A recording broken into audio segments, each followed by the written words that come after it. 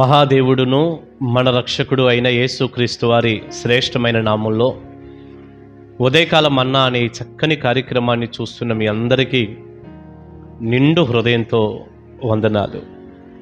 దేవుని మహాకృప మీకు తోడై ఉండును గాక. ఉదయకాల మన్నాకు మిమ్మల్ని అందరినీ కూడా ప్రేమతో ఆహ్వానిస్తున్నాను. రండి, మనం దేవుని వాక్యాన్ని చదువుకొని దేవుని మాటలు విందాం. కీర్తనల గ్రంథం 90వ కీర్తన 8వ వాక్యం 3వ లైన్ నుంచి నేను చదువుతాను. నీ ముఖ కాంతిలో మా రహస్య పాపములు కనబడుచున్నవి.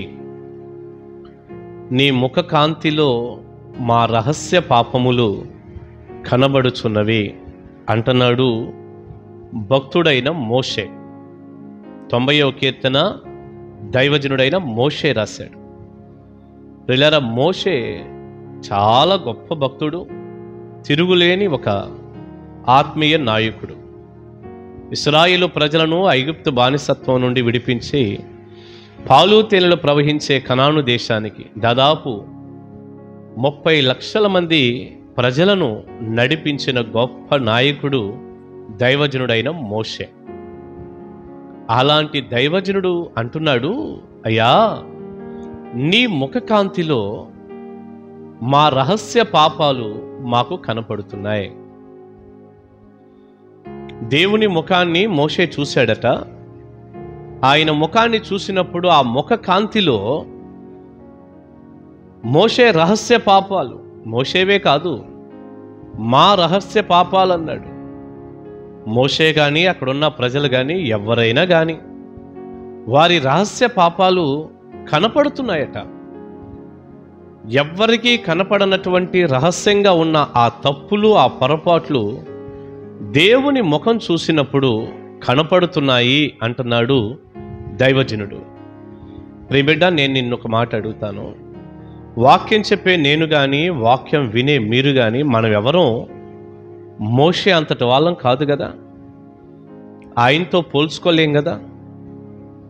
దైవజనుడైన మోషే జీవిత చరిత్ర చదివినప్పుడు మనకు అర్థమవుతుంది మనం ఆయనతో పోల్చుకోవటానికి సరిపోము అని. చాలా గొప్ప దైవజనుడు, చాలా సాత్వికుడు, దేవుని చిత్తానుసారంగా ఆయన జీవితాన్ని ఎంతో త్యాగం చేసిన వ్యక్తి. ఐగుప్తు ధనం కంటే క్రీస్తు విషయమైన నిందే గొప్ప భాగ్యం అని ఎంచుకున్న గొప్ప దైవజనుడు.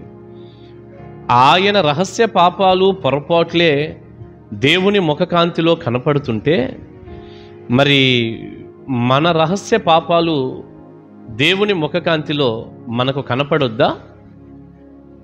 కనపడుతున్నాయా? మరి అలాగా దేవుని ముఖకాంతిలో మన రహస్య పాపాలు మనకి కనపడుతున్నాయా?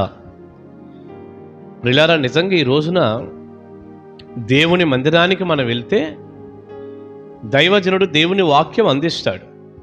వాక్యం అంటే ఎవరు? దేవుడే. ఆదియందు వాక్యం ఉండెను, వాక్యము దేవుని యొద్ద ఉండెను, వాక్యమే దేవుడై ఉండెను, ఆ వాక్యమే శరీరధారి అయి కృపా సత్య సంపూర్ణుడిగా మన మధ్య నివసించెను అన్నాడు. ఆయనే ప్రభు అయిన యేసుక్రీస్తు. వాక్యమే యేసయ్య, యేసయ్యే వాక్యం, ఆ వాక్యమే దేవుడు, యేసు ప్రభువారే దేవుడు. మందిరాల్లో ఆ వాక్యం ప్రకటించబడుతున్నప్పుడు దేవుడు మనకి కనపడుతున్నాడు. ఆయన ఎవరో ఏమిటో ఆయన ముఖం మనకు కనపడుతుంది. ఆయన మనకు ప్రత్యక్షం అవుతున్నాడు వాక్య రూపంలో. ప్రతి ఆరాధనలో, మందిరాల్లో కనపడుతున్నాడు. మరి ఆ వాక్యం విన్నప్పుడు దేవుడు వాక్య రూపమై ఉన్నటువంటి ప్రభువు మనకి కనపడుతున్నప్పుడు మందిరాల్లో మనం ఏం చేయాలంటే మన రహస్య పాపాలను బట్టి పశ్చాత్తాపడాలి, ఏడవాలి, మారు మనసు పొందాలి. అయ్యో, నేను ఇది కదా అని చెప్పి రొమ్ము కొట్టుకొని దుఃఖపడి పశ్చాత్తాపంతో మారు మనసు పొంది దేవుని సన్నిధిలో ఆ యొక్క ఆత్మ సంబంధమైన వ్యక్తిగా మనం మార్చబడుతూ రావాలి. కానీ ఈరోజు మందిరాల్లో జరుగుతుందా? వెళ్ళినట్టుగానే వచ్చేస్తున్నాం, ఎలా వెళ్ళావో అలాగే వచ్చేస్తాం ఇంటికి, అంతే. ఏ పశ్చాత్తాపం ఉండదు, ఏ దుఃఖం ఉండదు, ఏ మార్పు ఉండదు. అయ్యో నేను ఇలా ఉన్నాను కదా ప్రభువా నన్ను క్షమించు, అసలు ఆ సెక్షనే నీకు ఉండదు. ఏదో చెప్పారు, విన్నాము, వచ్చేసాం, ఇక ఆ కానుకేది వేసాం, ప్రార్థన చేయించుకున్నాం, వచ్చేసాం, ఇక అంతే. ఒకవేళ ఇంకా ఏదైనా ఆ వాక్యాన్ని బట్టి మనకి ఏదైనా మార్పు కలిగితే ఎలాంటివి కలుగుతున్నాయి అంటే, ఎలాంటి పశ్చాత్తాపం రాటల్లా ప్రసంగాలకు మార్కులు వేసేవాళ్ళు ఉన్నారు. ఈ చివరి రోజుల్లో మార్పు చెందేవాళ్ళు లేరు కానండి, మార్కులు వేసేవాళ్ళు ఉన్నారు. పాస్టర్ గారు ఈరోజు చేసిన ప్రసంగానికి అబ్బా మనం ఒక 30 మార్కులు వేయొచ్చు, ఒక 50 వేయొచ్చు. అబ్బా ఈరోజు అయ్యగారు భలే వాక్యం చెప్పాడు, బా ఈరోజు అయ్యగారికి అసలు 100కు 100 వేద్దాం. ఏమండి మాకేమన్నా ఎగ్జామ్ ఇది, మాకేమన్నా పరీక్ష పెట్టారా మీరు మార్కులు వేయటానికి? అంటే వర్తమానం ఎలాగుంది అనేది ముఖ్యమా? మీ ఆమోదం అంటారా మాకు కావాల్సింది? మీరు ఇచ్చే ఆమోదమా? ప్రసంగం బాగుంది బాగోలేదు ఇన్ని మార్కులు వేయచ్చు, పాస్ మార్కులు పడ్డాయా, పాస్ గారికి పడలేదా, ఇదేమన్నా ఎగ్జామా? లేకపోతే మీ ఆమోదం ఏమన్నా మాకు అవసరమా? దేవుని వాక్యం ధ్యానం చేసుకునేది ఎందుకు? అందుకే మేము ఎప్పుడు సందేశాలు ఇచ్చినానండి ఎవరిని, మా ప్రసంగాలు ఎలా ఉన్నాయి, ప్రసంగం బాగుందా, ప్రసంగం బాగుండేదేంటి, బాగోపోయేదేంటి, అది దేవుని వాక్యం. ఒక్కొక్క దైవజనుడు వారికి ఉన్న తలాంతుని బట్టి బోధిస్తూ ఉంటాడు. అందరికి ఒకేలాగా ఉండదు కదా. నాలాగా ఇంకొక వ్యక్తి చెప్పలేడు, ఇంకొక వ్యక్తిలాగా నేను చెప్పలేను. అలా ఒక్కొక్క వ్యక్తి ఒక్కొక్క విధానంలో చెప్తాడు. మార్కులు కాదు, మారు మనసు పొందాలి. భలేగుంది, ఏం బాగుంది, నువ్వు మారేవా? దేవుని వాక్యం వినపడినప్పుడు నీకు పశ్చాత్తాపం, మారు మనసు కలిగిందా, దుఃఖం వచ్చిందా? అయ్యో నేను ఈ పాపంలో ఉన్నాను కదా అని నీ రహస్య పాపాలు ఏమన్నా దేవుని వాక్యపు వెలుగులో చూసుకొని సరి చేసుకోగలుగుతున్నావా? అది కదా ముఖ్యం. మరికొంతమంది ఈ మార్కులు వేసే వాళ్ళు ఒక రకమైతే, మరికొంతమంది వాక్యమే తిరగబడుతుంటారు. నా గురించే చెప్పారు, ఇలా ప్రసంగం అంతా నన్ను గురించే, నా ఇంట్లో ఉన్న నా కూతురు నా అల్లుడు గురించే చెప్పారు మొత్తం. మరి ఎవరు చెప్పారో ఏమో అయ్యగారికి, అంటే పక్క వాళ్ళ మీద కూడా పడుతుంటారు ఎవరో చెప్పారని. ఎవరు చెప్పారో ఏమో, ఇలా ప్రసంగం అంతా నా గురించే, నా చరిత్రే మొత్తం, నా కూతురు అల్లుడు చరిత్రే. ఏంటి మాటలండి? బాగుపడే లక్షణాలు ఏం కాదండి ఇవన్నీ. నీ గురించి పాస్టర్ గారు చెప్పటం ఏంటి? ఎవరో వచ్చి పాస్టర్ గారికి చెప్పటం ఏంటి? ఎవరు చెబుతారు ఎవరి గురించి? ఒకళ్ళు చెప్పినంత మాత్రాన మేము నిన్ను గురించి ఎందుకు చెబుతాము? దేవుని వాక్యం చెబుతున్నావు, ఆ వాక్యంలో ఏదైతే తప్పని చెప్తుందో దేవుని వాక్యం, అలా నువ్వు ఉన్నావు కాబట్టి అది నీ గురించి అన్నట్టుంది. అది మార్చుకోవాలి. వాక్యం వినపడినప్పుడు నీ రహస్య పాపాలు నీకు కనపడుతుంటే నువ్వు మార్చుకోవాలి. కానీ నన్ను గురించే చెప్పారు. ప్రియులారా, నిన్ను గురించో లేకపోతే ఇంకెవరి గురించో ఉండదండి ఇక్కడ. ఎవరి గురించి చెప్తారు? ఒక వ్యక్తి గురించి ఒక ఆరాధన అంతా కేటాయిస్తారండి. ఇప్పుడు 100 మంది సంఘంలో ఉంటే ఒక వ్యక్తి గురించి 99 మందిని పక్కన పడేసి ఒక వ్యక్తి గురించే చెప్తారండి ఎవరన్నా? వాక్యం ధారాళంగా 1 గంట సేపు దైవజనుడి ద్వారా మాట్లాడుతుంటే పరిశుద్ధాత్ముడు, ఒకవేళ నిన్ను సరిచేయటానికి ఏమైనా పరిశుద్ధాత్ముడు అందిస్తే సరి చేసుకో. సరే, ఒక మాట అడుగుతాను, ఎవరో నిజంగా మాకు చెప్పారే అనుకోండి, నిన్ను గురించే మేము చెబుతున్నాం అనుకోండి, కాసేపు అదే నిజం అనుకోండి, అయినంత మాత్రాన వాక్యం ఏమైనా తప్పిపోతుందా? ఒకవేళ ఎవరో నిన్ను గురించి మాకు చెబితే మేము చెప్పాం అనుకుందాం కాసేపు, అప్పుడు ఈ వాక్యంలో ఉన్నది ఏమైనా తప్పిపోతుందా? వాక్యం కనపడుతుందిగా, వాక్యంలో ఉన్నదే చెప్తున్నా కానీ లేనిది కాదుగా.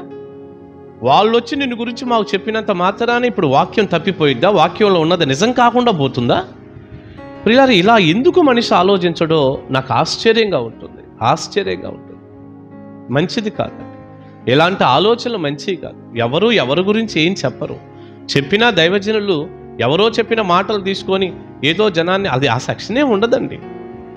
ఎవరో తెలియని వాళ్ళు ఆ పని చేస్తారేమో కానీ ఉండదు ఆ సెక్షను. దేవుని పాదాలు పట్టుకొని దేవుణ్ణి అడిగి ఒక వర్తమానాన్ని సిద్ధం చేసుకొని బోధించేటప్పుడు ఎవరి గురించి మాకేం తెలియకపోయినా దేవుడే నీతో మాట్లాడుతూ ఉంటాడు. దేవుని ఆత్మకు అందరూ తెలుసు, అన్ని సంగతులు తెలుసుగా. దేవుడికి తెలియని వాళ్ళు ఎవరుంటారు? మన స్థితిగతులన్నీ తెలుసు. దేవుడు మాట్లాడతాడు. ఆ మాటకు నువ్వు లోబడి, వాక్యానికి నువ్వు లోబడి, నువ్వు సరిచేసుకొని నీ రహస్య పాపాలన్నీ విడిచిపెడితే నువ్వు మేలు పొందుతావు. నేను ప్రార్థన చేయబోతున్నాను.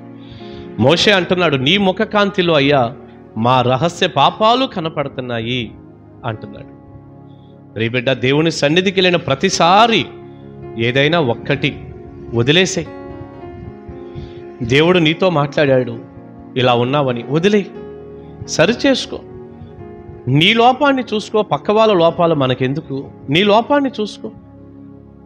నిన్ను గురించి నీకు కూడా అర్థం కావట్లేదంటే ఎంత భయంకరమైన స్థితిలో ఉన్నావు. మంచిది కాదు ప్రియ బిడ్డ, మంచిది కాదు. సరిచేసుకో. ఆయన ముఖకాంతిలో మన రహస్య పాపాలు కనపడుతున్నప్పుడు సరిచేసుకోవటం ఎంతైనా మంచిది. తర్వాత మీరు యెషయా గ్రంథం 6వ అధ్యాయం చదవండి. యెషయా కూడా దేవుని దర్శనం చూసినప్పుడు, అయ్యో నేను అపవిత్రుణ్ణి, అపవిత్రమైన పెదవులు గలవాడిని, అపవిత్రమైన పెదవులు గల జనుల మధ్య నివసిస్తున్నాను, నేను నశించాను అన్నాడు. ఒప్పుకున్నాడు. యెషయా అంత భక్తుడు కూడా. మోషే అంత భక్తుడు, యెషయా అంత భక్తుడే. నేను అపవిత్రుణ్ణయ్యా అని ఆ రహస్య పాపాలు కనపడుతున్నాయి నిన్ను చూసినప్పుడు అంటుంటే మనం ఎంతటి వాళ్ళు. సరి చేసుకో బిడ్డ. దేవుని వాక్యపు వెలుగులో నువ్వు ఇంట్లో బైబిల్ చదువుతున్నా, మందిరంలో వాక్యం వింటున్నా, లేదా ఒక సెల్ ఫోన్ యూట్యూబ్లో వాక్యం వింటున్నా, ఎప్పుడైనా ఇదిగో ఈ సందేశం వినపడుతున్న సమయంలోనే నీ పొరపాట్లు ఒప్పుకో, విడిచిపెట్టు. ప్రభు నీ సహాయం చేస్తాడు.